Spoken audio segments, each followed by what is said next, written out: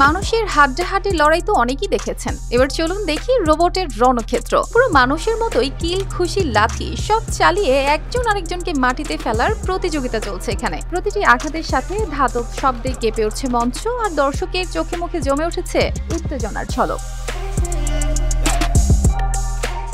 এমন দৃশ্যই মিলেছে বেইজিং এর বিশাল প্রদর্শনী কেন্দ্রে, যেখানে শুরু হয়েছে বিশ্ব রোবট সম্মেলন 2025। সকাল থেকেই এখানে ভিড় জমেছে হাজারো দর্শকের। প্রবেশমুখ পেরিয়ে ভেতরে ঢুকতেই দেখা যাচ্ছে প্রযুক্তি আর কল্পনার এক দুর্দান্ত মেলবন্ধন। চারপাশে নানা ধরনের রোবট, কেউ বক্সিং গ্লাভস পরে ঘুষি ছুটছে, কেউ আবার আলো ঝলমলে মঞ্চে সুরের তালে দুলছে।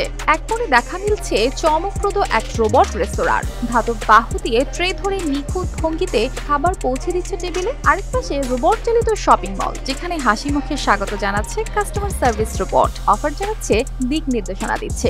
প্রদর্শনীর আয়োজকদের ভাষ্যে এই সম্মেলন কেবল রোবট দেখানোর মেলা নয়, এটি ভবিষ্যতের প্রযুক্তি ও মানব জীবনের সম্ভাবনার এক বিশাল প্ল্যাটফর্ম। এখানে শিক্ষা, স্বাস্থ্যসেবা, শিল্প ও গৃহস্থলীর কাজে রোবটের ব্যবহার নিয়ে চলছে নানা আলোচনা ও প্রদর্শনী।